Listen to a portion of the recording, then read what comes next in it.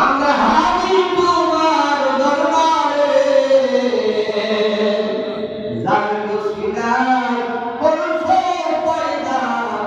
আল্লাহ মাফ করো তার খাতিরে আল্লাহুম্মা সাল্লি আলা সাইয়্যিদিনা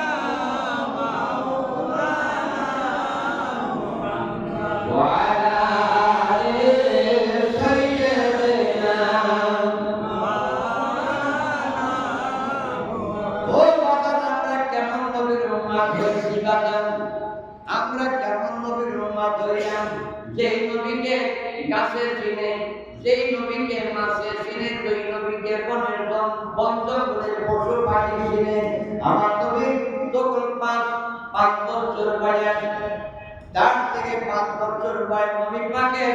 যখন মা হালিমার ঘরে লালিত পালিত হয় ভাইরা ছাগল চড়াইতে যায় হালিমার ছেলেরা ছাগল চড়াইতে যায় প্রত্যেক দিন আল্লাহ নবী একদিন ডাক দেয় ও ভাইরা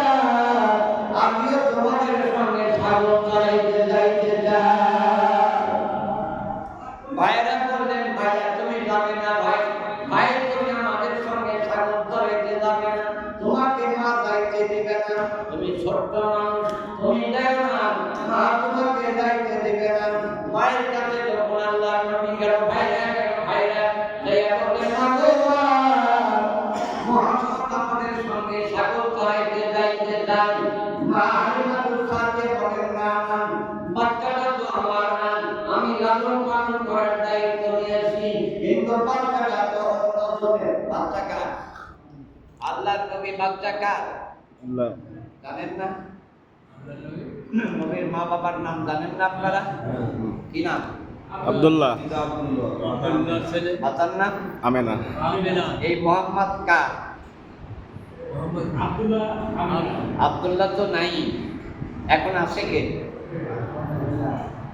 মা হালিমার নিজের সন্তান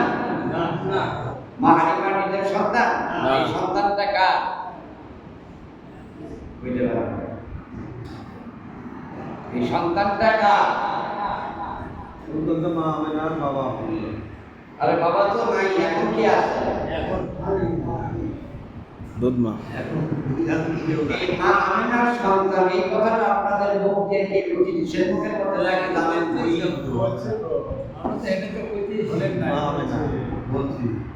সবাই সবাই সবাই করতে পারে না কেন মুখের মধ্যে রুটি আসে নাই আল্লাহর নবীর মা আমেনা হালিমা